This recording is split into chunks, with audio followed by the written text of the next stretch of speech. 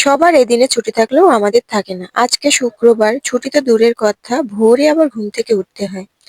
ভোর ৪টার সময় ঘুম থেকে উঠে পড়েছি, রান্না করব, কত অন্ধকার। এর মধ্যে দেখো পেঁয়াজগুলো আলু দিয়ে ভাজছে।